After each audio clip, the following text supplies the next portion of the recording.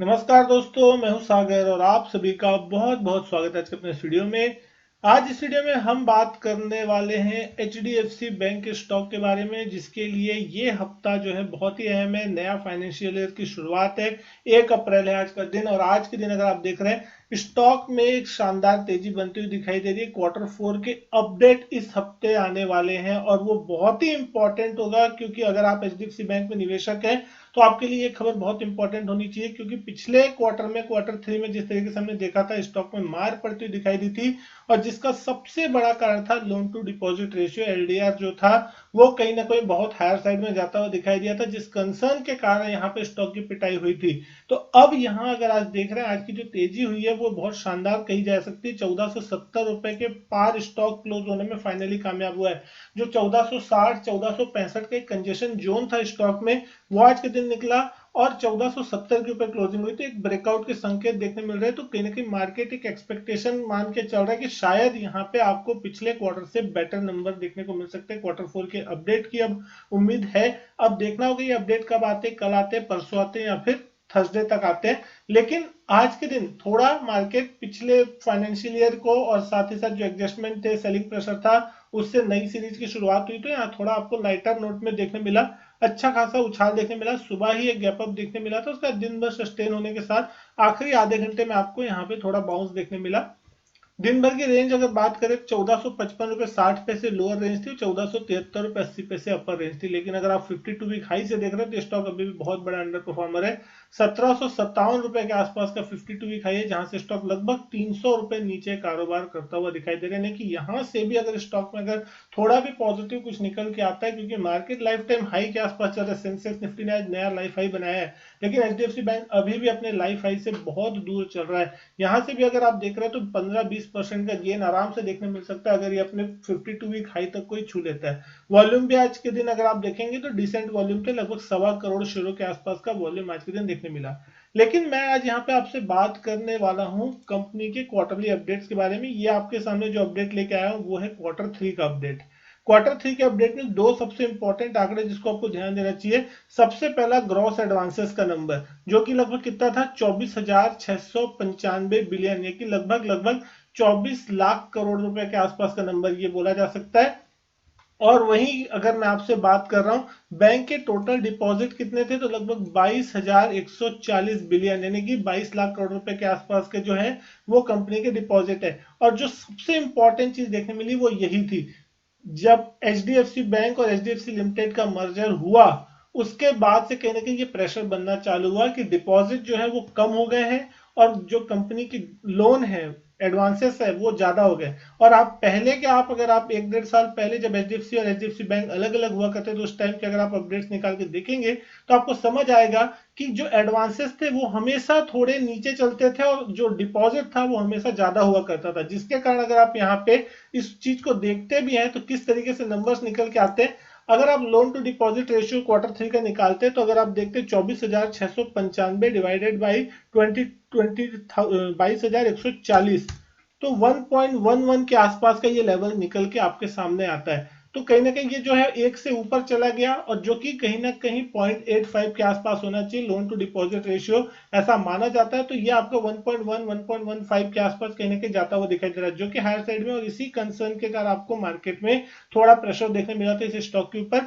लेकिन इस बार देखना होगा कि Q4 के अपडेट में ये नंबर किस तरीके का निकल के आता है। अगर यहाँ पे थोड़ी भी इंप्रूवमेंट देखने मिलती है और ये संकेत आते कि कहीं ना कहीं जो टॉप था यहाँ पे इस चीज का वो बन गया और वापस अब ये एक सुधरने की दिशा में बढ़ता हुआ दिखाई दे रहा है, तो कहीं ना कहीं ये स्टॉक जो है आपको भागता हुआ दिखाई देगा। क्योंकि अगर आप इस स्टॉक की वैल्यूएशन देखते हैं तो बहुत ही अट्रैक्टिव साइड में देखने मिल रही है। खासकर हिस्टोरिकली अगर आप देखेंगे तो बहुत ही लोअर साइड की वैल्यूएशन पे काम कर रहा है स्टॉक। प्राइस की मैं यहाँ पे बात नहीं कर रहा हूँ, वैल्यूएशन की बात कर रहा हूँ। लगभग 11,17,000 करोड़ के आसपास का मार्केट कैप, ईपीएस देख रहे हैं 77-78 के आसपास की है। 19 के नीचे की पीई पे स्टॉक कामकाज कर रहा है। कंसोलिडेटेड बेसिस पे अगर आप देखेंगे तो और भी नीचे आपको आता हुआ दिखाई देगा। प्राइस टू बुक पे देखेंगे 2.5 के आसपास की प्राइस टू बुक पे स्टॉक चल रहा है, जो कि कहीं ना कहीं पहले 3.5-4 के आसपास प्राइस टू बुक देखने मिलती थी। तो ये लोअर साइड में बहुत चलता हुआ दिख रहा है ना, कि वैल्यू यहाँ पे बहुत है।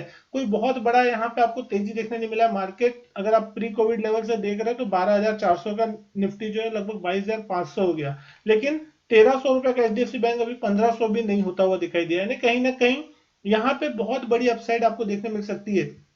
पिछले अगर आप देख रहे हैं, पिछले 3-4 सालों से स्टॉक बहुत ही एक रेंज में चलता हुआ दिखाई दे रहा है। हालांकि अगर आप ऊपर देख रहे हैं 1700 रुपए, 1750 रुपए एक रेंज थी जिसके पार ये स्टॉक निकल ही नहीं पा रहा, 1700 1720 के पार, और लोअर साइड में 1300 1400 की रेंज है जहां पे सपोर्ट ले रहा है। तो 300-400 पॉइंट की रेंज इस स्टॉक की बनी है। पिछले क्वार्टर में हमने देखा जैसे ही नतीजा है, बड़ी मार 2 दिन तक लगातार इस स्टॉक में पड़ी, 8-8 10% तक स्टॉक टूटते हुए दिखाई देते, और 2-4 दिनों के अंदर में ये स्टॉक ने लगभग 1680 से लेकर के 1380 तक का लेवल देखा। 300 रुपए का एक बड़ा करेक्शन था स्टॉक में आया, लेकिन उसके बाद ही अगर आप देख रहे हैं 24 जनवरी के आसपास बेस जो बना था लगभग 1380 के आसपास का, और 1460 1470 का जो रेंज है, जो रेजिस्टेंस जहां एक बाउंस आया था, लेकिन वो बाउंस 2-3 बार हो गया, नहीं निकला था। तो एक रेंज में पिछला 2-2.5 महीना जो स्टॉक ने था वो निकाल दिया था, लेकिन पिछले 2-3 दिनों में अगर हम देखें तो एक बेस बनाया इस स्टॉक ने 1420 रुपए के आसपास में, और 1420 के आसपास का बेस बनने के बाद आज यहाँ कहीं ना कहीं एक बार 1470 के आसपास की क्लोजिंग देखने मिली है। हालांकि इसे आप मान सकते हैं कि एक रेजिस्टेंस जोन के ही आसपास है,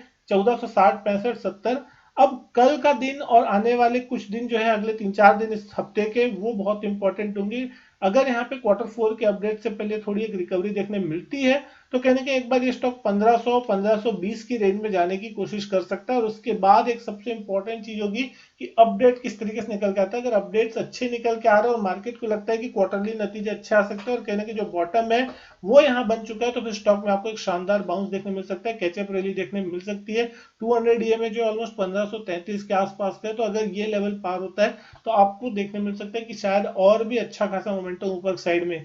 जब पिछले बार गिरावट आई थी तो आप देख सकते हैं चार्ट पे एक बड़ा गैप जो है वो कहीं ना कहीं बना हुआ है, लगभग 1660 से लेके लोअर साइड में 1596 के आसपास तक, यानी कि 60-65 रुपए का एक बड़ा गैप जो है चार्ट पे बना है। तो ये गैप फिल होता भी है तो आप समझ सकते हैं कि नियर टाइम कम से कम ये 1-1.5 महीने में 1650-60 तक भी अगर चला जाता है तो यहाँ से एक अच्छा खासा बाउंस देखने मिल सकते हैं कि 180-190 रुपए तक की रैली इस लेवल से भी देखने को मिल सकती है। अब सबसे इंपॉर्टेंट चीज यही होगी कि आपको कौन से लेवल पे नजर रखनी है और कौन से लेवल के नीचे स्टॉप लॉस आपको प्लेस करना है। अगर 1470 के ऊपर स्टॉक चलना चालू करता है तो फिर वो 1460 1470 का लेवल जो रेजिस्टेंस के रूप में कामकाज कर रहा है वो एक सपोर्ट के रूप में काम करना चालू कर देगा, यानी कि उस लेवल से अगर निकल जाता है और किसी कारण से कोई डिप आता है तो 1460-70 एक एज अ सपोर्ट रिएक्ट करेगा।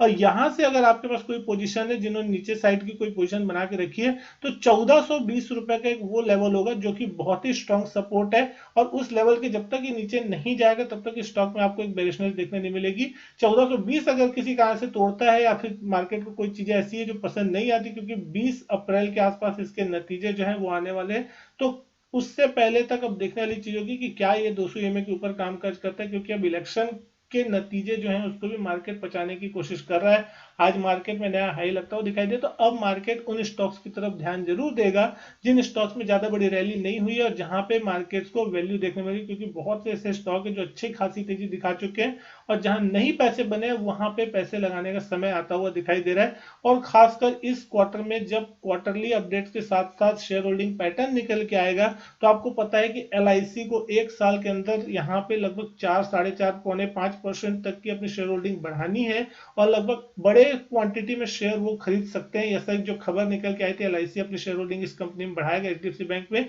तो इस क्वार्टर में कितनी अपनी शेयर होल्डिंग एलआईसी ने बढ़ाई है वो भी एक बहुत बड़ी इंपॉर्टेंट खबर हो सकती है कि किस तरीके से एलआईसी यहाँ पे धीरे धीरे एक्यूमुलेट कर रहा है, या फिर यहाँ पिछले जो 2-3 महीने में हमने देखा प्राइस कंसोलिडेशन, क्या इस प्राइस कंसोलिडेशन में एलआईसी ने एक बड़ा चंक उठाया। और अगर यहाँ पे ऐसा देखने मिलता है कि एलआईसी ने एक बड़ा चंक इस कंपनी में उठा लिया और इस वॉल्यूम में किसी को पता भी नहीं चला, तो फिर इस स्टॉक में आपको और भी बड़ी तेजी देखने को मिल सकती है। दोस्तों ये चीज भी एक बहुत इंपॉर्टेंट होगी, क्योंकि एलआईसी धीरे धीरे करके माल उठा रहा है और आपको प्राइस में मूवमेंट देखने नहीं मिला, मतलब उसकी जो एवरेजिंग है वो नीचे के प्राइस में अच्छी खासी हो चुकी है और उसके बाद अगर प्राइस अपशूट होगा तो बहुत ही जबरदस्त तरीके का मोमेंटम देखने को मिल सकता है। अब क्या चीज कैसे होगी वो सारी चीजें, लेकिन अगर आप निवेशक है तो लंबे समय के लिहाज से ही आपको निवेश करने के बारे में सोचना चाहिए। ट्रेडिंग करेंगे तो आपको डेफिनेटली वहां पे थोड़े रिस्क है, डेली स्टॉप लॉस, टेक्निकल, सारी चीजें फॉलो करनी पड़ेगी। लेकिन अगर आप इन्वेस्टमेंट करते हैं तो कहीं ना कहीं आपको लॉन्ग टर्म में एक अच्छा निवेश का रिटर्न मिल सकता है। इस स्टॉक में बहुत ही शानदार स्टॉक देखने को मिल सकता है, चला नहीं है लेकिन जिस दिन ब्रेकआउट देगा आपको अगले 3 साल 5 साल के लिहाज से अगर अपने पोर्टफोलियो में रखना है तो बहुत ही शानदार हो सकता है। उम्मीद करता हूँ वीडियो पसंद आई होगी। वीडियो अच्छी लगी तो लाइक करें, शेयर करें, चैनल नहीं किया सब्सक्राइब तो चैनल सब्सक्राइब जरूर करें।